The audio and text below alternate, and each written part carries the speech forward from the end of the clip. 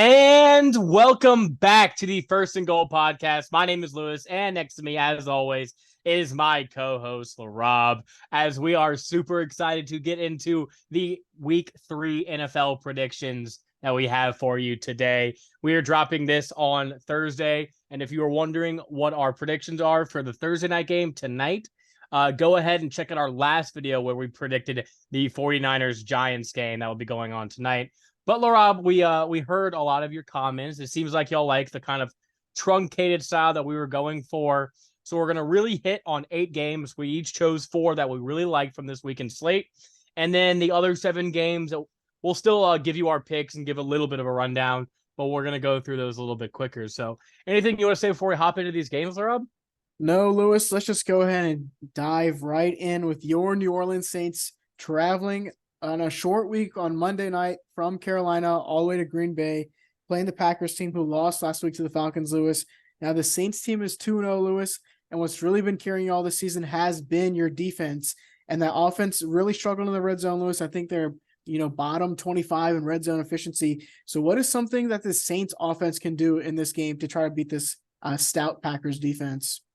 Yeah, I mean, you got to find a way to run the ball. Jamal Williams will not be playing in this game, and you still have another week before Kamara comes back. So the big question is, first off, Kendre Miller, who hasn't made his season debut yet, will he be ready to go for this game?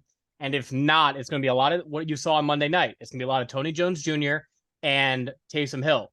And we saw, the biggest weakness I've seen from this Packers defense is their run defense. Now, they played some pretty, good rushing teams where you look at the raw numbers from that Bears game. They did a pretty good job against the run, but a lot of those quarterback escapes and everything from Justin Fields late in the game made it look like their defense wasn't that great. And then they played the Falcons last week, who have an amazing run offense. So it seems like that's the weakest part of their defense, but they have a really solid defense, Rob.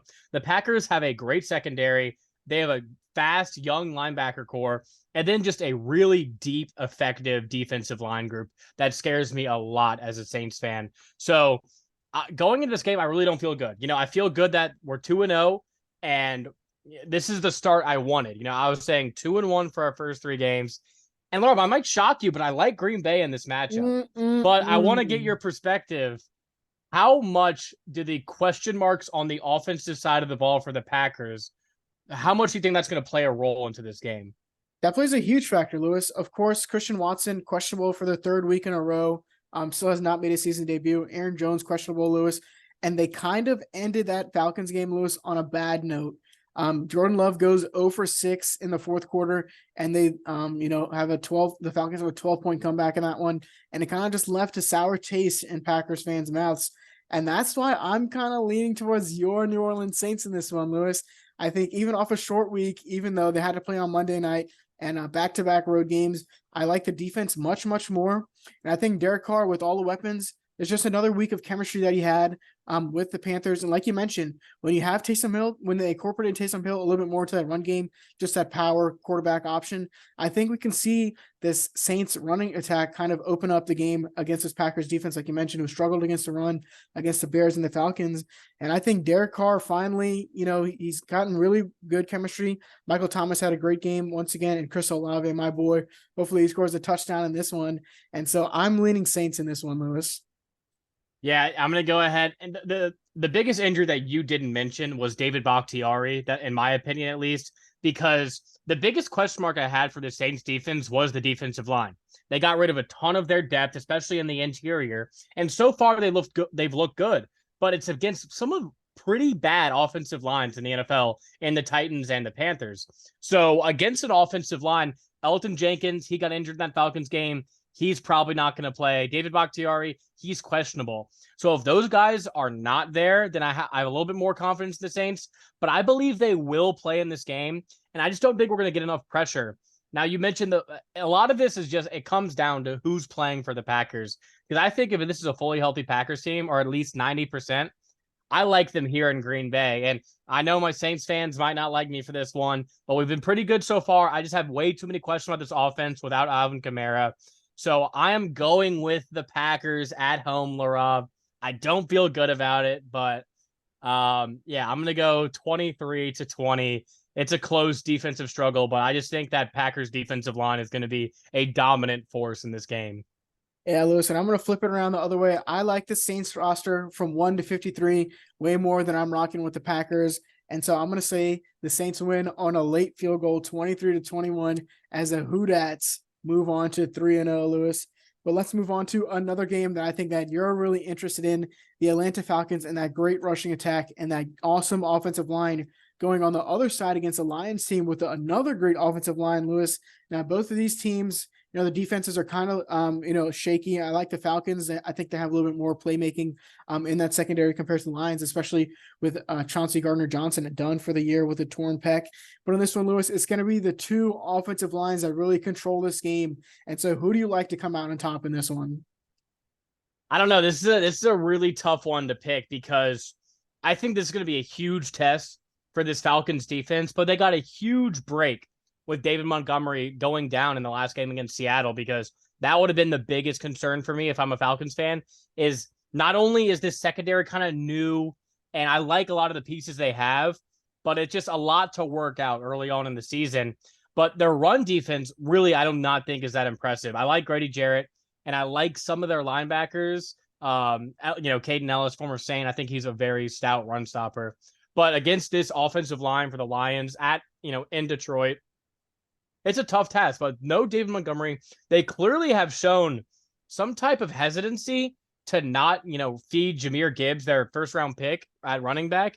They don't want to have him feature as the bell cow back, even when David Montgomery is not there.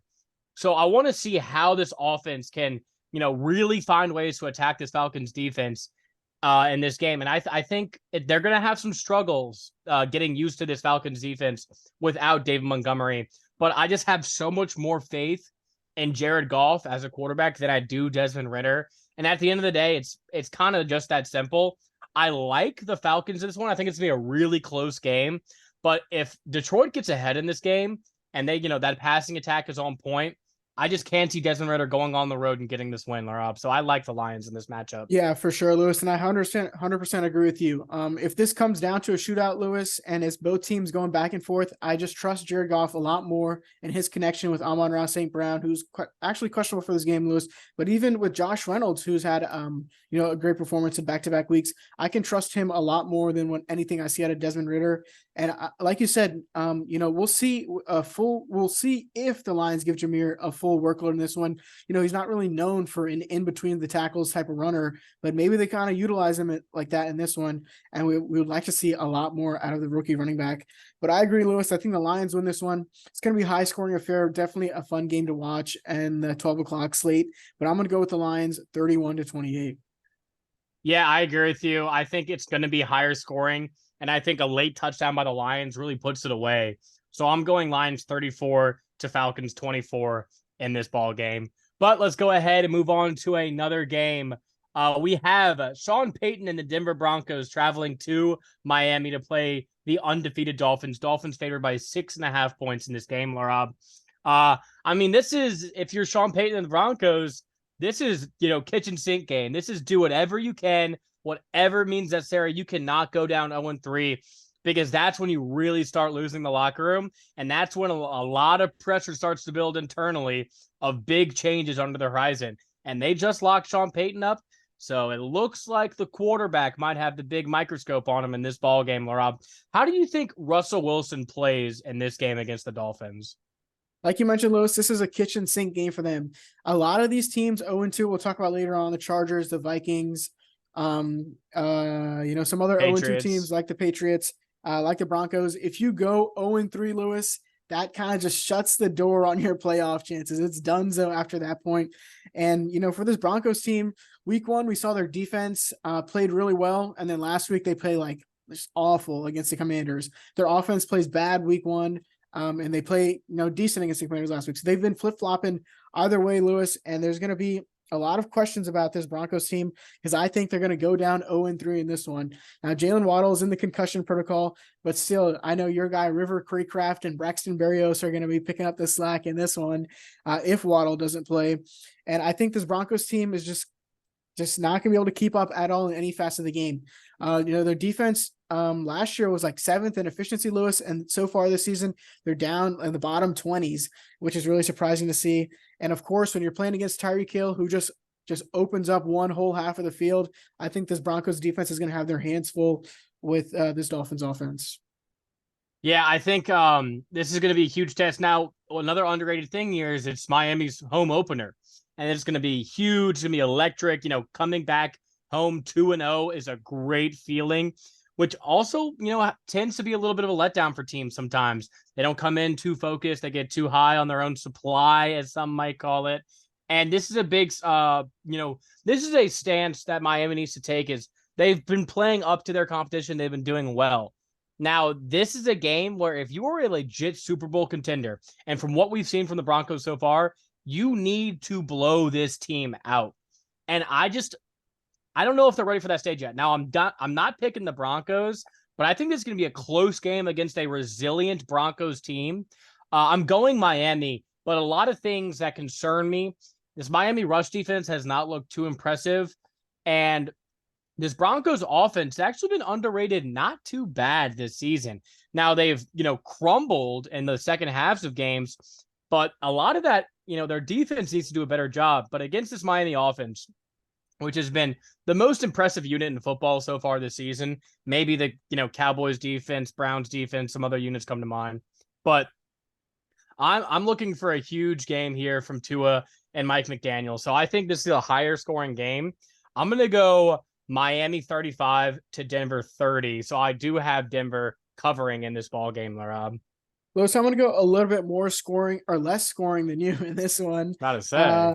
No, for this Dolphins team, for sure, if they come out, just a little bit too slow on offense and give this Broncos defense a chance to heat up, we could be looking at a little bit of a lower scoring game. And Sean Payton, he definitely does not want to go down 0-3 and just have that heat on his seat. And so I'm going to pick the Dolphins 28-24. I think the Broncos are able to cover this one. They tried their best to come back late, but they just are not able to get it done. All right, well, let's move on to our next game on the slate. We have probably the game that we've been most excited about when we saw this on the schedule. Some might call it a loser leaves town match. We have the Los Angeles Chargers and Jay Herbo going on the road to face the Minnesota Vikings. Both teams are 0-2, and Minnesota is favored by 1 point. Now, Laura, 3 games into the season, it's hard to just make generalizations of this team, is going to miss the playoffs. This team's really good. But you look at the history of it, Laraib, there's only been one team in the last 20 years to make the playoffs after being 0-3, and that was the 2017 Houston Texans, who were playing in a pretty easy division, and they got really red hot late, especially, they benefited from Andrew Luck injury in that season. So if you go down 0-3 in the NFL, it's a tough climb. Now, with the extra game, 17 games, it's a little more manageable. But, Laraib, who wins in this spot and why? There's a part of me, Lewis, that wants the Chargers to lose just so they can go 0-3 and fire Brendan Staley. But that's not going to happen in this one. My boy Herbo, even with this Chargers defense, Lewis, allowing the most passing yards in the NFL this season, oh man, I think Jay Herbo can face up against his Vikings defense, which is also really bad against the run, Lewis. Now, even without Austin Eckler potentially not playing in this one, I still think that the Chargers can get the ground game going. They get that passing attack against this Vikings defense that we know can be exploited deep down the field. And I think Jay Herbo comes out and gets a victory even in their third road game this year. If there's ever been a game that's just screamed this will end in a tie, it's this one right here. Because I just see this game so my thing is I like the Vikings in this matchup because they have 7 turnovers in 2 games, Laraib, by far leading the league in that category. And against this Chargers defense, who has not looked impressive whatsoever, you mentioned that the pass defense is worse in the NFL. I think this is a great matchup for Kirk Cousins and the wide receivers and just all the playmakers out in Minnesota. But, you saw Minnesota earlier in this week. They realized, they need to get stronger in the running game because that is how Kirk Cousins has been successful in the past. You set up the run, you set up the play action, and that's where you see Kirk Cousins at his best. So you go out, you trade for Cam Akers. I don't know if he's playing this week. I don't expect much from him. And I don't think they need to do much in the running game because of how potent this passing attack is going to be. But this is one of those games, Laraib, where anything can happen. I like the Chargers offense more. I hate both these defenses, but it's in Minnesota. So I'm going to give Minnesota the slight edge here just because I think this game's going to be like 53-50. And then there's going to be a pick six that gets fumbled and picked up and turned into a touchdown. It's going to be a wild game. So I am going with the Minnesota Vikings. I'm not going to go with the score I just said. I'm going to go Vikings 38 to Chargers 37 overtime. 2-point conversion. I'm going to go with the Chargers 31-28. I think Herbo comes out in this dome again against the Vikings and gets a victory on the road against this Vikings team, which is underwhelming, Lewis. Now, last year, 11-0 in one-score games, and the law of averages has come back to strike Lewis. 0-2 in one-score games this year, and I think they go 0-3 in this one. But yeah, you go. Well, I was about to move on. Oh, okay, perfect. Well, let's Lewis, go ahead and move on then, Laraib. We have our next game. We have a battle of AFC East rivals, the New England Patriots, going to the New York Jets. And despite being 0-2, Laraib, I would think we both feel better about the Patriots right now than we do the New York Jets. Obviously, with the Rodgers injury, it's kind of derailed the expectations for the Jets this season. There's been a lot of chaos in the building, players deactivating their social media accounts, complaining online, coaches being fed up with players. It just seems like all hell is breaking loose. Meanwhile, for the Patriots, they're 0-2. But, I mean, it's weird to say that it feels good for them because of the competition they played and how well they've played. And now, obviously, that's not the Patriot standard that we've known for basically our entire lives with Bill Belichick and Tom Brady at the helm. But, this is a spot where if you're a Patriots fan, you need this win. I get it. You lost the Dolphins. You lost to the Eagles. Understandable. But those were 2 home games, Laraib. And now you're going to New York against this very formidable Jets defense.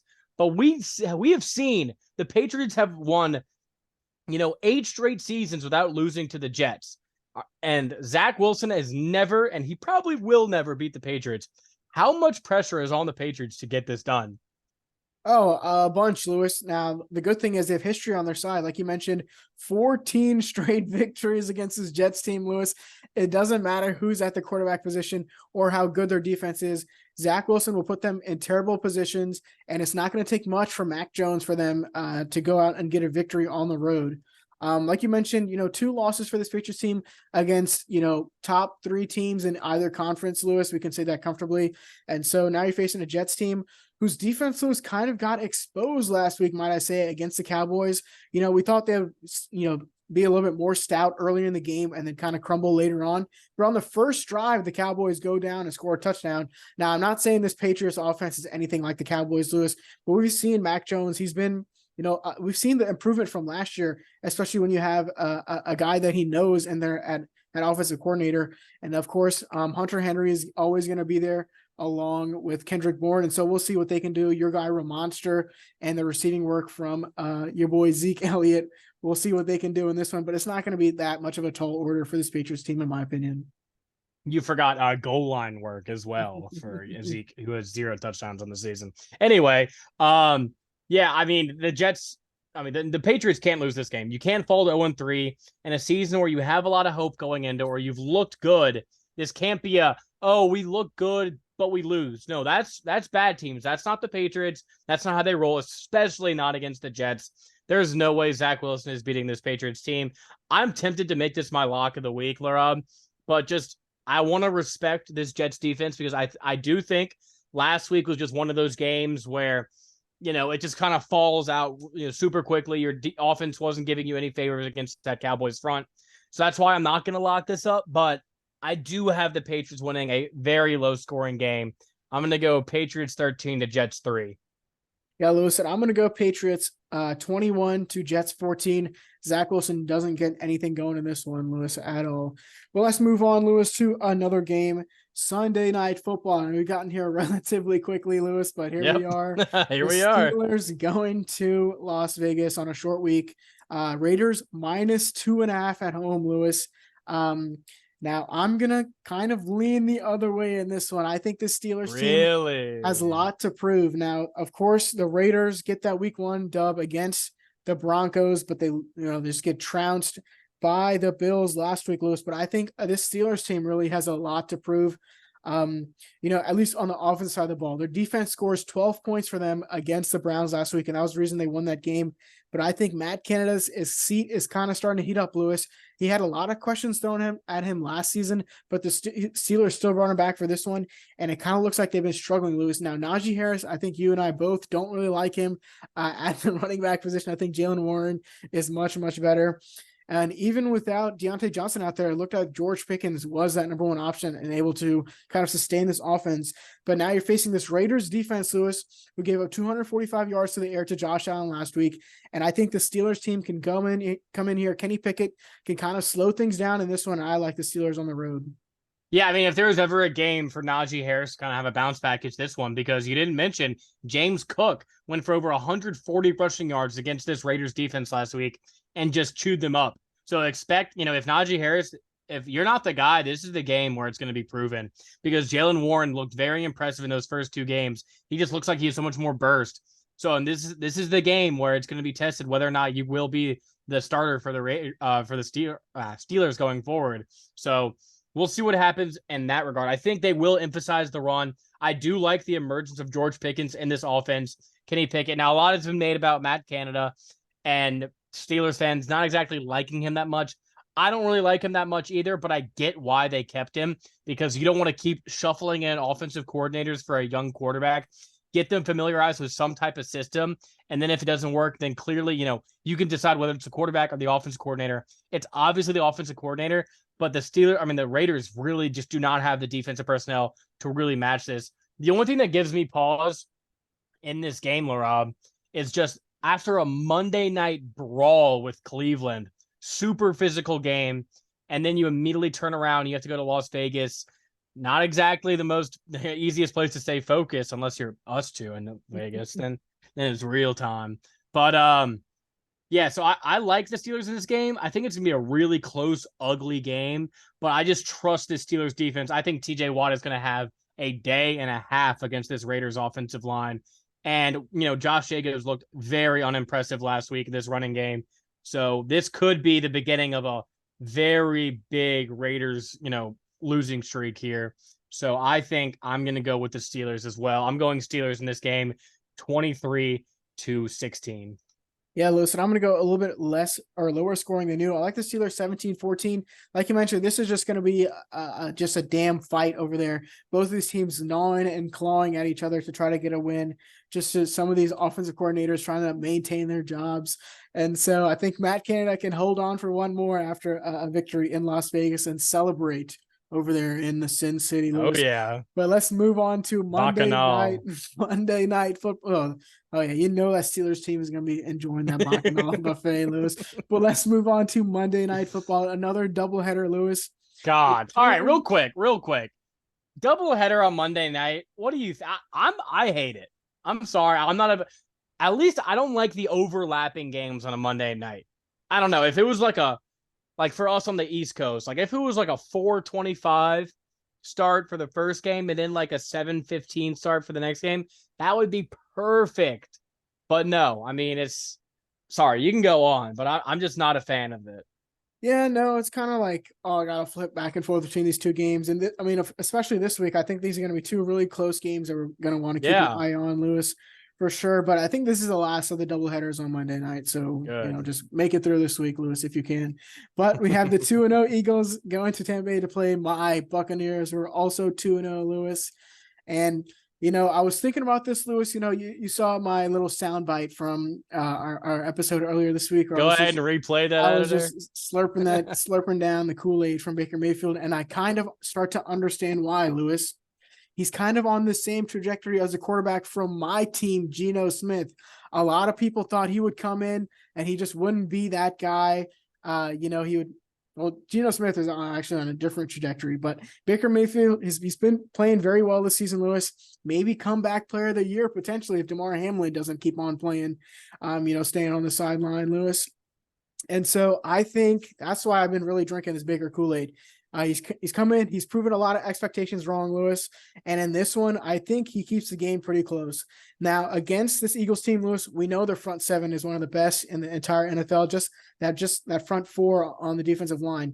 But we've seen their secondary, Lewis, kind of get exposed week 1 and week 2.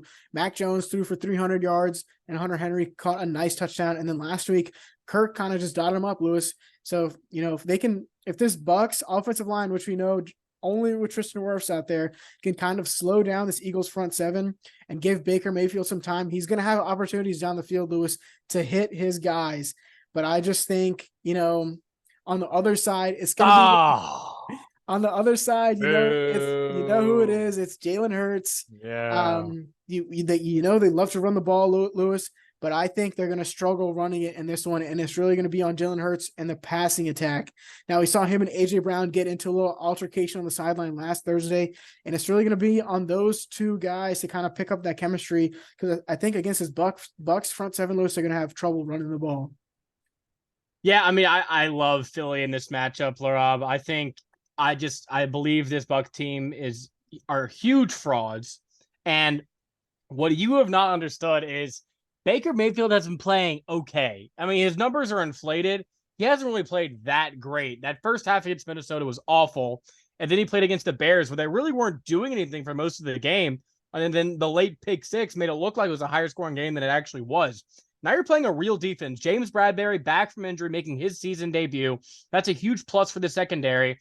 And that defensive line of the Eagles is just going to ravage this Buccaneers offensive line. Tristan Wirfs, I love him. He can't block every single position inside. And if you get to Baker and you pressure him, you force him to make plays, that's when you're going to see the Baker that we all know and love. The old turnover, fumbling year. Baker. Yeah. So don't be surprised when this game gets out of hand quickly. Now, I do respect this Buccaneers defense to an extent. I think they're still a pretty good run unit, but I just think this Eagles offensive line and their weapons, I think Dallas Goedert's going to have a very big game in this one. They've lost a lot of juice on that edge. Give me the Eagles in this game to go on the road and dominate this Buccaneers team, Laraib. I'm going to pick the Philadelphia Eagles 38-7. Jesus, Lewis. Yeah. I'm going to predict a lot closer game. I think Baker Mayfield learns from his previous mistakes the past couple of years. He really tightens it down on this one. He's going to have his opportunities, Baker. Please, don't force it. You're going to get those shots late in the game. Don't worry. Mike Evans, just hit him deep. He knows how to catch those contested balls. And I think they cover the spread in this one. Oh, you coward. You coward. Now, I will say, Lewis, this Eagles team at 2-0, they might be looking a little bit too far ahead and just walk into this game, Lewis, not really prepared. But I still think that the Buccaneers cover the spread. Give me the Eagles 27-24 in a close matchup on Monday Night Football, Lewis. Okay, you're right. Yeah, when the Eagles are looking ahead to the Commanders game next week, you're right. That's a divisional game, Lewis. Yeah, okay. Okay, and then they play at the Jets, so clearly, their mind's on different things right now. All right, that's a bit of a stretch, but let's move on to our final Monday night game. As we mentioned, the doubleheader. I'm a huge fan. We have the LA Rams going to Cincinnati to play the 0-2 Bengals. I'm sorry. To play the 0-2 Bengals. Bengals are favored by 3 at home. And the big question of this game is Joe Burrow's, not only is, his status, but his availability in this game. What have you heard so far, Laraib, on Joe Burrow's status entering this game? Well, Lewis, it really sounds like it's going to be 50-50. I haven't heard if he's in or if he's out. It's kind of been, they just been kind of playing the cards close to the chest, Lewis. But I think in a game where they're 0-2, Lewis, and they need this victory so bad. What is so funny, Lewis? Nothing. Go on. I think they really need this victory, Lewis. It's going to be a huge detriment if they go down 0-2. So I think he plays in this one, Lewis. But the issue is they're playing against a Rams team, Lewis, that has been sneaky good this year. They beat my Seahawks to open the season, and they were keeping the game close against the 49ers up until late. And so I think, this is going to be a really close game for both these teams, but I think the Bengals just need this one a lot more than the Rams do. Yeah, I mean, it's tough to gauge really like what this Bengals team is going through because it's not only Joe Burrow. This defense has not looked that impressive, and we talked about that in our last episode. It's just the secondary has been getting gotten a lot, and I don't know what to make of it. The defensive line really hasn't been getting that much pressure, at least as much as we expected to. So this is a Rams team where it's like, what am I getting here? Because they've looked very impressive in their first two games. Now, going on the road to face the Bengals, going from coast to coast, big Monday night, this could be a problem or a worrisome matchup. I'm gonna lean Bengals in this game just because I still believe the overall roster of the Bengals is still much better than this Rams roster. But the Rams, man, they just like Sean McVay, give him his flowers because he finds ways to stay competitive. And after the end of last year, when they kept getting blown out and embarrassed, and they had all these bad problems, they seem rejuvenated, re-energized, and they've been ready to come ball. So I think this is going to be a really scary game for Bengals fans. They need it, so I'll give it to them, but do not be surprised if this is a different outcome. I'm going with the I'm going with the Bengals in this game. I'm going to go 28-24. Lewis, I'm going to go a little bit lower scoring than you. I think this is going to be a defensive battle. Both these offenses, especially the Bengals, have been really struggling. But I think on the ground, it's going to be Joe Mixon to really carry the workload against his Rams defense, which is allowing more than 5 yards per rush.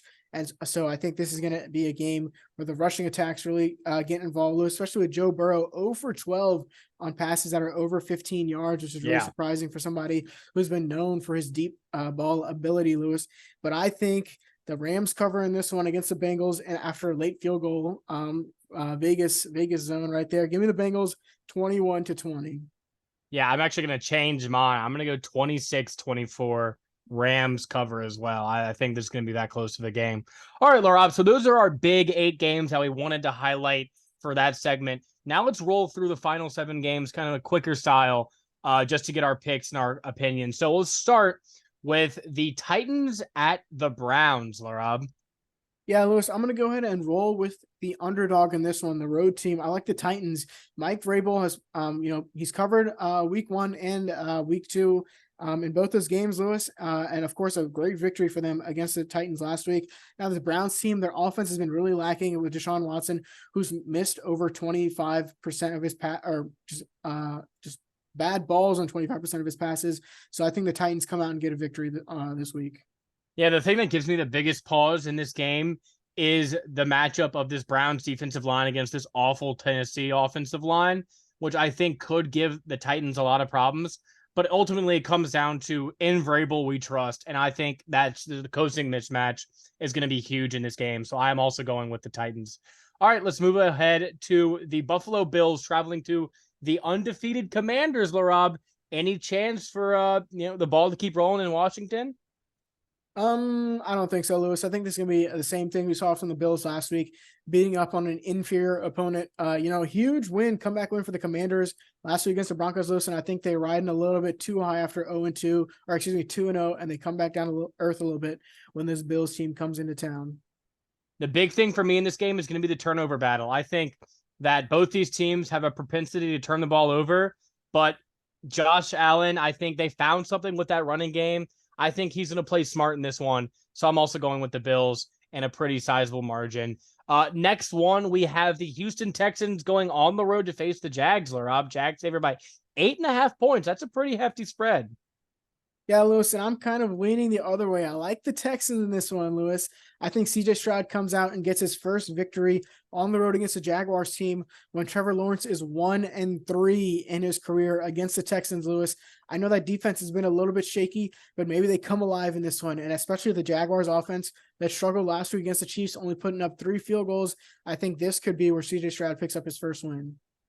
Yeah, I'm a bit worried about the Houston defense, especially their back end. Losing Derek Stingley to a hamstring injury is a big deal. So that's something to look out for. I do have the Jaguars winning, but I think it'll be a close game. I agree with you, Laraib. I'm going to go Jags 21-20. But, I like your conviction on this one. I think it could go Houston's way as well. But let's move on to another AFC South team. We have the Indianapolis Colts traveling to Baltimore. Baltimore favored by 8 points. I'm going to start this one. If Anthony Richardson, he's questionable, obviously following the concussion. I really like how the offense has looked with him under center. I like how they've been able to run the ball. I love his pocket presence, but with the question mark, I'm still going to pick the Ravens here. They just haven't shown me much to not believe in them in a spot like this at home. So I'm going to go Ravens 31-13. Yeah, Lewis, I agree with you. I think this Ravens team is starting to pick up a little steam. 10th in scoring. It looks like Lamar Jackson might be settling down into that Ted Monken passing offense. And like you mentioned, with Anthony Richardson questionable for this one, they probably don't want to put him in harm's way this early in the season dealing with a concussion injury. So in my opinion, I think he kind of sits out for this one. And so I like the Ravens 31-17. All right, next on up, we have the Carolina Panthers without Bryce Young in this ball game. Andy Dalton starting at quarterback, going to Seattle, one of the toughest places to play. Laura, would you rather face Andy Dalton or Bryce Young in this spot? Personally, I would face Bryce Young, Lewis, just because of that inexperience. We know if that 12th man is rocking over there at what's it called now, Lumen. Lewis? Lumen Fields. Come on Jesus Christ, now. Lumen Field Stadium. We're clipping that. If that dome is or field is rocking as it usually is, Lewis, I think it would cause a lot of trouble for Bryce Young. But I think Andy Dalton brings a little bit more experience, but still the lack of weapons on the offensive side of the ball, Lewis. I think they struggle a little bit in this one. So give me the Seahawks 28-21. Yeah, I think there's going to be a sneaky upset here because I do think Andy Dalton provides that veteran leadership. And I just think he's a better quarterback than Bryce Young. I don't think that's crazy to say, but obviously Bryce is getting Bryce Young's getting the nod because of his potential and his ceiling. But I do think the Seahawks get it done. Their first home game was a disappointment. They're not going to let that happen again. Seahawks win at home. Now, Laraib, 2 games we have coming up. I mean, these are ugly, ugly games, both 12.5-point spreads. I want you to give me 2 words for each game. Bears at Chiefs.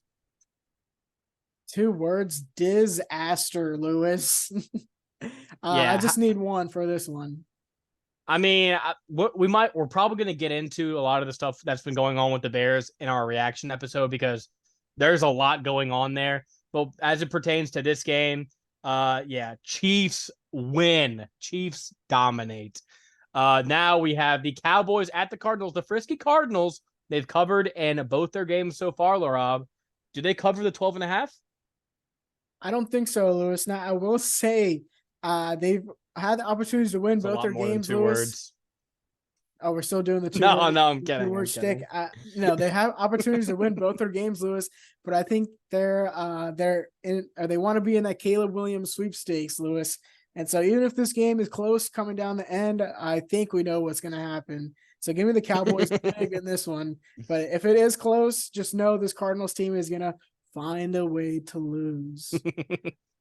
Yeah, Jonathan Gannon might get a huge extension following this season based off the performances he's had so far.